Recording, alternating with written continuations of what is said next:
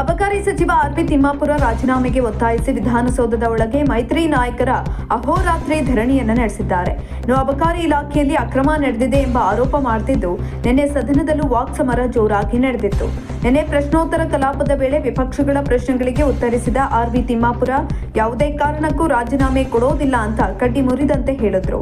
ಇನ್ನು ತಿಮ್ಮಾಪುರ ಪದಚ್ಯುತಿಗೆ ಒತ್ತಾಯಿಸಿ ರಾತ್ರಿ ವಿಧಾನಸೌಧದಲ್ಲಿ ಭಜನೆ, ಘೋಷಣೆ ಕೂಗಿ ಪ್ರತಿಭಟನೆಯನ್ನು ನಡೆಸಿದ ಕಮಲ ದಳ ನಾಯಕರು ಅಲ್ಲೇ ಮಲಗಿಕೊಂಡಿದ್ರು. ಇನ್ನು ಬೆಳಗ್ಗೆ ಎದ್ದ ಕಮಲ ದಳ ನಾಯಕರು ವಾಕಿಂಗ್ ಶುರು ಮಾಡಿದ್ರು.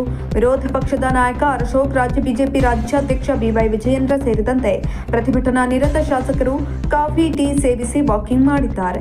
ಇನ್ನು ಅಬಕಾರಿ ಇಲಾಖೆಯಲ್ಲಿನ ಭ್ರಷ್ಟಾಚಾರ ಆರೋಪ ಹಿನ್ನೆಲೆಯಲ್ಲಿ ರಾಜೀನಾಮೆ ನೀಡಲು ಅಬಕಾರಿ ಸಚಿವ ಆರ್.ಬಿ. ತಿಮ್ಮಾಪುರ ನಿರಾಕರಿಸಿದ್ದು, ಪ್ರತಿಪಕ್ಷಗಳ ರಾಜೀನಾಮೆಗೆ ಪಟ್ಟು ಹಿಡಿದಿದೆ. ಇನ್ನು ಸಚಿವ ಆರ್.ಬಿ. ತಿಮ್ಮಾಪುರ ಮಾತ್ರ ವಿಪಕ್ಷಗಳ ಹಗರಣದ ಲೀಸ್ಟ್ ಮುಂದಿಟ್ಟಿದ್ದು ತಮ್ಮನ್ನ ಸಮರ್ಥಿಸಿಕೊಳ್ಳೋ ಕೆಲಸ ಮಾಡಿದ್ದಾರೆ. ಇದೇ ಸಂದರ್ಭದಲ್ಲಿ ಮಾತನಾಡಿದ ಅವರು, ಗೋಪಾಲಯ್ಯ ಮೇಲೆ ಲಂಚದ ಆರೋಪ ಬಂತು, ಅವರೇನು ರಾಜೀನಾಮೆ ಕೊಟ್ಟಿದ್ರ? ಶಶಿಕಲಾ ಜೊಲ್ಲೆ ಮೇಲೆ ಮೊಟ್ಟೆ ಹಗರಣ ಬಂತು, ಅವರನ್ನ ಸಂಪುಟದಲ್ಲಿ ಹೇಗೆ ಇಟ್ಕೊಂಡಿದ್ರಿ? ನೌಕರರಿಂದ ಸಿ.ಸಿ. ಪಾಟೀಲ್ ಹಣ ವಸೂಲಿ ಆರೋಪ ಬಂತು, ಅವರ ಮೇಲೆ ಏನ್ ಕ್ರಮವನ್ನ ಕೈಗೊಂಡ್ರಿ? ಇನ್ನು ಬಿಜೆಪಿ ಅವಧಿಯಲ್ಲಿ ದೊಡ್ಡ ಪಟ್ಟಿಯೇ ಇದೆ, ಹಾಗಾಗಿ ನಾನು ಯಾವ ರಾಜೀನಾಮೆ ಕೊಡೋದಿಲ್ಲ ಅಂತ ಗುಡುಗಿದ್ದಾರೆ. ಇಂತಹ ಇನ್ನಷ್ಟು ವಿಡಿಯೋಗಳಿಗಾಗಿ ಲೈಕ್ ಮಾಡಿ, ಫಾಲೋ ಮಾಡಿ, ಶೇರ್ ಮಾಡಿ.